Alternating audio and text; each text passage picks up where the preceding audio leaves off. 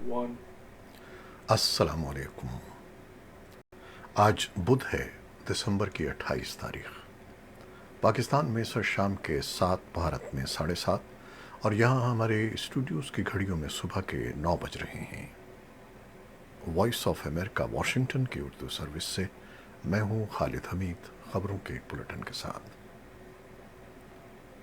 पाकिस्तान के वज़ीर ख़ारजा बिलावल भुट्टो अमेरिका का अपना 10 रोज़ा तवील दौरा मुकम्मल करके पाकिस्तान वापस पहुँच गए हैं।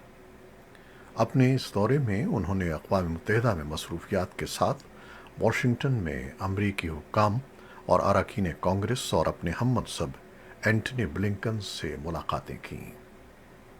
बिलावल भुट्टो का दौरा एक ऐसे वक्त में हुआ है जब दोनों मुल्क अपने ताल्लुकात में पाई जाने वाली सर्द महरी को ख़त्म करके दो तरफ़ा अमूर में ताउन बढ़ाने के ख़्वाहां हैं।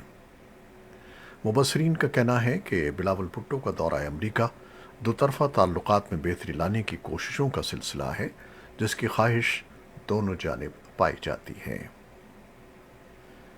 वफाकी वज़ीर ख़ज़ाना इसहाक़ डार ने ताजरों को यकीन दिलाया है कि मुल्क के माशी हालात मुश्किल ज़रूर हैं, लेकिन इसके बावजूद पाकिस्तान के डिफ़ॉल्ट होने का कोई इम्कान नहीं है। पाकिस्तान स्टॉक एक्सचेंज की तकरीब से बुध को वीडियो लिंक के ज़रिए खिताब करते हुए इसहाक़ डार ने कहा कि सरमायाकार मुल्क में सरमाया लगाएं और नाम नहाद माहिरीन की बातों पर ध्यान न दें। वज़ीर ख़ज़ाना के मुताबिक हुकूमत आलमी मालियाती फ़ंड IMF का प्रोग्राम दूसरी मरतबा मुकम्मल करने का इरादा रखती है। माशी मुश्किलात का जिक्र करते हुए इसहाक़ डार ने कहा कि मुल्क से डॉलर हमसाया मुल्क स्मगल हो रहे हैं। गंदम दरामद की जा रही है, जबकि खाद पर सब्सिडी के बावजूद उसके दाम ज़्यादा हैं और उसे पाकिस्तान से स्मगल किया जा रहा है। उनके बकौल हुकूमत डॉलर, खाद और गंदम की स्मगलिंग रोकने की कोशिशें कर रही है। पाकिस्तान तहरीक-ए-इंसाफ के चेयरमैन और साबिक़ वज़ीर आज़म इमरान खान ने कहा है कि हुकूमत से ज़्यादा पीछे बैठे लोगों का इलेक्शन के लिए राज़ी होना ज़रूरी है। उनका कहना था कि अभी मुझे इलेक्शन नज़र नहीं आ रहा और टेक्नोक्रेट्स हुकूमत लाने का शोशा छोड़ा जा रहा है। मकामी ज़राए इबलाग की रिपोर्ट्स के मुताबिक इन ख्यालात का इज़हार इमरान खान ने लाहौर प्रेस क्लब के नौमुंतखब अरकान से बुध को लाहौर में मुलाकात के दौरान किया। साबिक़ वज़ीर आज़म का मज़ीद कहना था कि अगर आइंदा आम इंतख़ाबात में पॉलिटिकल इंजीनियरिंग की गई तो नताइज अच्छे नहीं होंगे। इमरान खान का कहना था कि मशरक़ी पाकिस्तान में भी सबसे बड़ी जमात का मैंडेट तस्लीम नहीं किया गया था। साबिक़ वज़ीर आज़म ने यह भी बताया कि अभी उनका मौजूदा इस्टेब्लिशमेंट से कोई राब्ता नहीं हुआ है।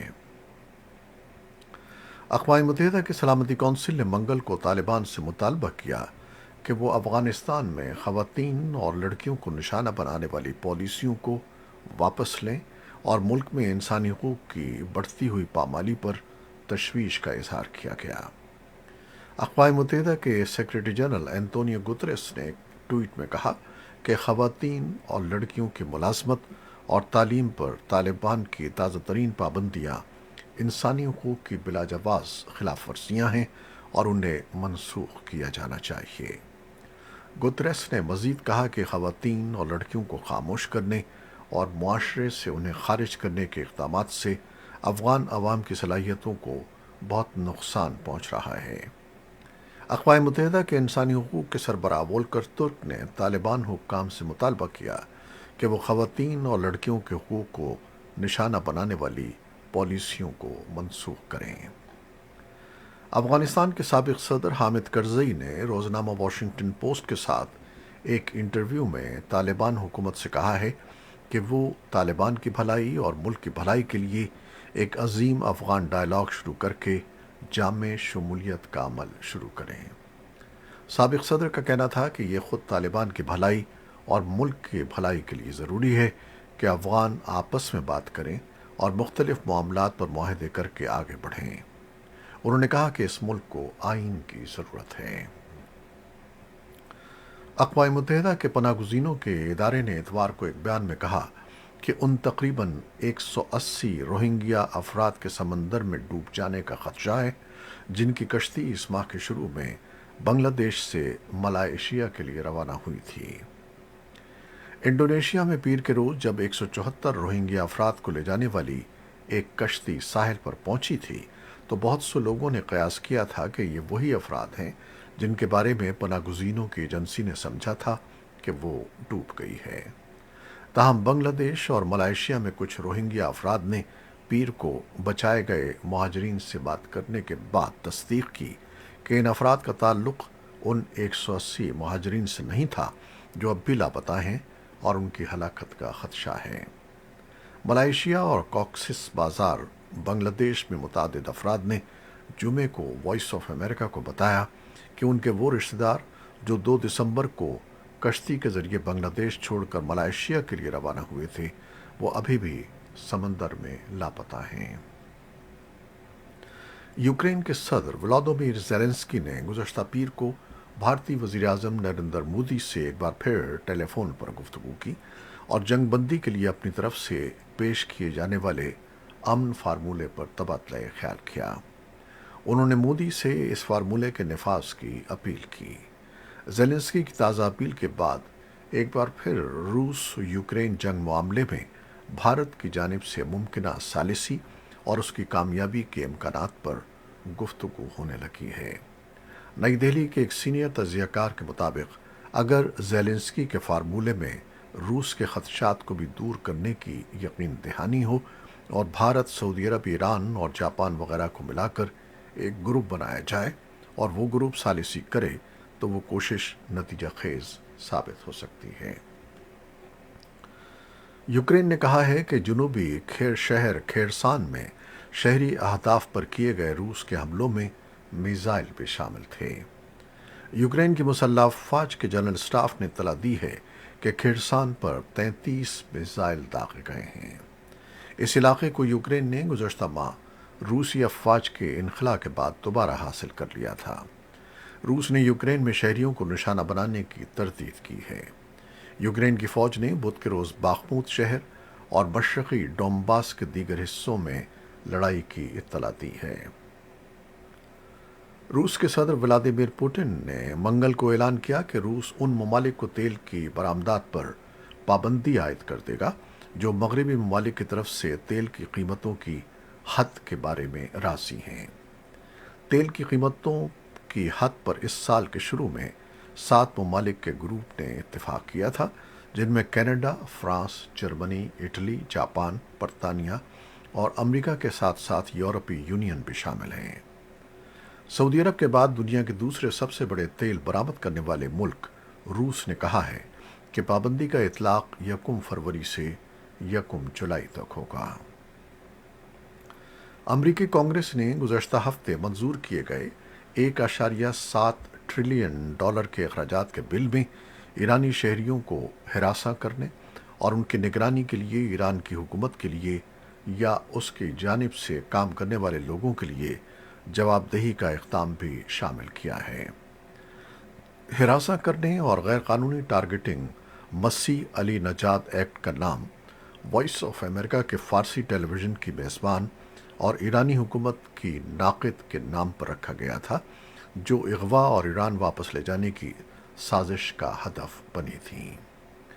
یہ اقدام امریکی وزیر خارجہ کو ہدایت کرتا ہے کہ وہ ایران میں انسانی حقوق کی حالت کے بارے میں ایک رپورٹ درج کرائیں کہ ایرانی حکومت نے گزشتہ سال کے دوران ایران کے اندر اور باہر مخالفین کو نشانہ بنانے کے لیے کیا اقدامات کیے ہیں اور وہ اپنے ناقدین کو خاموش کرانے کے لیے کس طرح مالی معاونت کرتی ہے۔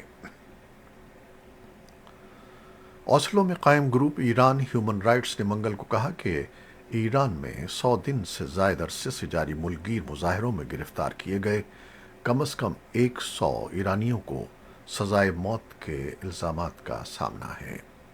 16 ستمبر کو ایرانی کرد مہسا امینی کی پولیس کی حراست میں ہلاکت کے بعد سے ایران میں مظاہرے جاری ہیں۔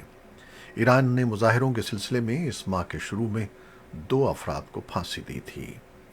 IHR نے منگل کو ایک رپورٹ میں 100 ایسے قیدیوں کی نشاندہی کی जिन्हें मुमकिना तौर पर सजाए मौत का सामना है और कम से कम 11 अफराद को पहले ही मौत की सजा दे दी गई है। IHR की फहरिस्त में 5 ज़ेरे हिरासत ख़वातीन भी शामिल हैं। अक़वाम मुत्तहिदा ने गुज़श्ता माह कहा कि मुल्क भर में बदअमनी शुरू होने के बाद से कम 14,000 अफराद को गिरफ्तार किया जा चुका है।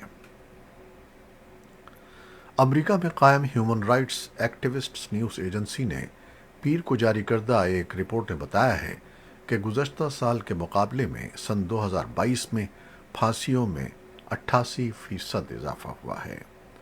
लंदन में मुकीम हुकूक के अलंबरदार ग्रुप एमनेस्टी इंटरनेशनल के मुताबिक ईरान ने सन 2021 में कम से कम 312 अफराद को फांसी दी है, जो सजाए मौत के हवाले से चीन के बाद दूसरे नंबर पर है।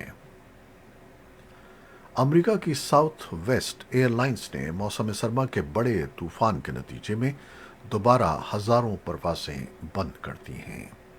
इस तूफान ने पूरे अमेरिका में क्रिसमस तातीलात में सफरी मंसूबों को मुतासर किया और वफाकी हुकूमत ने कहा कि वो इस बात की तहकीकात करेगी कि कंपनी दूसरे कैरियर्स से अब तक पीछे क्यों है। बेशतर अमरीकी एयरलाइंस की जानिब से तूफान के बाद अपनी सर्विसेज बहाल करने के एक दिन बाद साउथ वेस्ट ने मंगल की दोपहर तक मशरक़ी साहिल पर मज़ीद 2500 परवाज़ों को रोक दिया। फ्लाइट अवेयर ट्रैकिंग सर्विस ने इत्तला दी है कि मंगल को मुल्क भर में मनसूख होने वाली 3000 परवाज़ों में उसका हिस्सा 80% से ज़्यादा रहा। एयरलाइन ने बुध के लिए 2500 और जुमेरात के लिए 1000 से ज़्यादा परवाज़ें रोक दी हैं। पोप फ्रांसिस ने बुध को कहा कि साबिक पोप बेनेडिक्ट शदीद अलील हैं। पोप ने सामीन से खिताब करते हुए साबिक पोप के लिए खुसूसी दुआएं मांगने को कहा। 95 साला बेनेडिक्ट ने सन 2013 में अपनी गिरती हुई जिस्मानी और ज़हनी सेहत का हवाला देते हुए इस्तीफ़ा दे दिया था और 600 सालों में ऐसा करने वाले पहले पोप बन गए थे। तब से वो वेटिकन में एक कॉन्वेंट में रह रहे हैं। जापान ने दूसरी आलमी जंग के बाद इस माह अपनी फौजी पाबंदियों में नरमी की तरफ एक बड़ा कदम उठाया है और नई पॉलिसियों की नकाब कुशाई की है, जो इस बड़ी एशियाई ताकत को इलाकाई और आलमी सलामती के मामलात में बड़ा किरदार अदा करने का इख्तियार देंगी। ये नई पॉलिसियां जापान में अशरों पुरानी पाबंदियों को ख़त्म करती हैं, जिनके तहत दूसरी आलमी जंग में टोक्यो में शिकस्त के बाद अमेरिका के तैयार करदा अमन पसंद आइन को अपनाया गया था। अब उसमें जल्द ही तब्दीली आ सकती है। इस तब्दीली के साथ जापान मजमूई दिफाई अखराजात की आलमी दर्जाबंदी में सिर्फ अमेरिका और चीन से पीछे रहेगा। चीन का कहना है कि वो कोविड वायरस पर कंट्रोल की ज़ीरो पॉलिसी से हटकर आम वीज़ा और पासपोर्ट का इजरा दोबारा शुरू कर देगा, जो मुल्क को तकरीबन 3 सालों से अलग थलग रखने वाले कवायद व ज़वाबित से हट कर है। इस इक़दाम के नतीजे में अगले माह क़मरी साल की तातीलात के लिए बैरून मुल्क जाने वाले चीनी अफराद की तादाद में नुमायाँ इजाफा हो सकता है। चीन इस तब्दीली के नतीजे में दुनिया के कुछ सख्त तरीन एंटी वायरस कंट्रोल्स को वापस ले रहा है, क्योंकि सदर शी जिनपिंग की हुकूमत माशी बहरान को दूर करने की कोशिश कर रही है। ये थी वो खबरें जो फेसबुक लाइव पर हमने आपके लिए पेश की। हमारी वेबसाइट, यूट्यूब और पॉडकास्ट पर यह बुलेटिन आपके लिए पोस्ट कर दिया जाता है। आप हमारे बुलेटिन को शेयर करते हैं और अपने कमेंट्स में अपनी मोहब्बतों और दुआओं का इजहार करते हैं, जिसके लिए हम आपके बेहद ममनून हैं। अपनी इन मोहब्बतों को जारी रखिएगा। न्यूज़ एडिटर बहजत जिलानी के साथ खालिद हमीद को अब इजाज़त दीजिएगा। अल्लाह हाफिज़।